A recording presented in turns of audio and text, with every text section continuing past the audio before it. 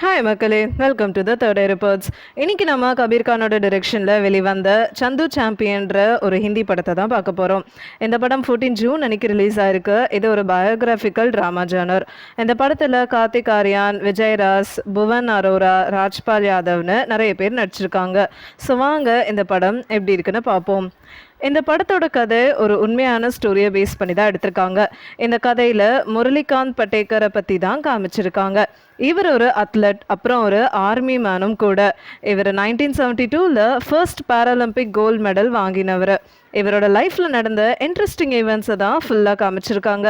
யூஸ்வலாக நமக்கு மரியாதை கிடைக்காத இடத்துல இருக்கக்கூடாதுன்னு சொல்லுவாங்க. ஆனால் இதுவே நம்ம அங்கே இருந்து நம்ம ப்ரெசன்ஸை மற்றவங்களை அக்னாலேஜ் பண்ண வச்சா எப்படி இருக்கும், அதை தான் இந்த படத்தோட டைரக்டர் கபீர் கான் காமிச்சிருக்காரு. முரளிகாந்த் பட்டேக்கரோட லைஃப் பீரியட் 1950s இருந்து 2018 வரைக்கும் அவரோட லைஃப்பில் நடந்த ஈவெண்ட்ஸை தான் இதில் காமிச்சிருக்காங்க. கடைசியில் இவருக்கு பத்மஸ்ரீ விருதும் கொடுத்துருக்காங்க. இவருக்கு சின்ன வயசுலேருந்து ஒலிம்பிக்கில் மெடல் வாங்கணும்னு ஆசை. அதனால் நிறைய விளையாட்டை ட்ரை பண்ணுறாரு.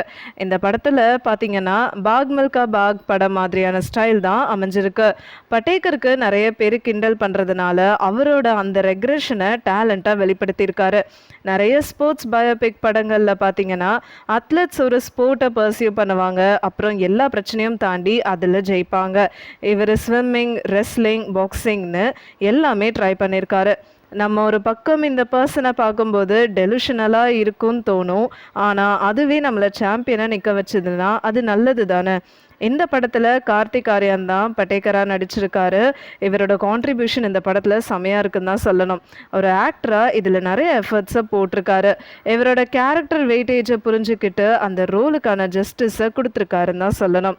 அப்புறம் இவரோட ஃபிசிக்கல் டிரான்ஸ்ஃபர்மேஷனை பற்றி சொல்லியே ஆகணும். அவ்வளோ பர்ஃபெக்டாக பண்ணியிருக்காரு. பட்டேக்கரோட சைட் கிக்காக வர புவன் அரோராவோட ஆக்டிங் கண்டிப்பாக பாராட்டி ஆகணும். அதே மாதிரி ராஜ்பால் யாதவ் அண்ட் விஜயராஸோட ஆக்டிங்கும் இந்த படத்துக்கு ஒரு நல்ல டெப்த்தை கொடுத்துருக்காங்க. இந்த ஸ்போர்ட்ஸ் ட்ராமாக்கு மியூசிக் இன்னும் கொஞ்சம் இன்ஸ்பைரிங்காக இருந்திருக்கலாம். கபீர் கான் எப்போவுமே ஃபீல் குட் மூவிஸை தான் கொடுத்துருக்காரு.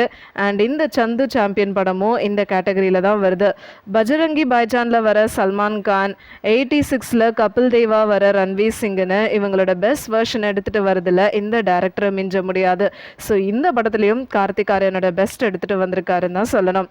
என்னதான் இந்த படம் அங்கங்கே மோனோட்டோனஸாக இருந்தாலும் இந்த படத்தை பார்க்குற ஆடியன்ஸுக்கு கண்டிப்பாக ஹார்ட் டச்சிங்காக இருக்குன்றதுல கொஞ்சம் கூட சந்தேகம் இல்லை. ஸோ மறக்காமல் இந்த படத்தை பார்த்துருங்க.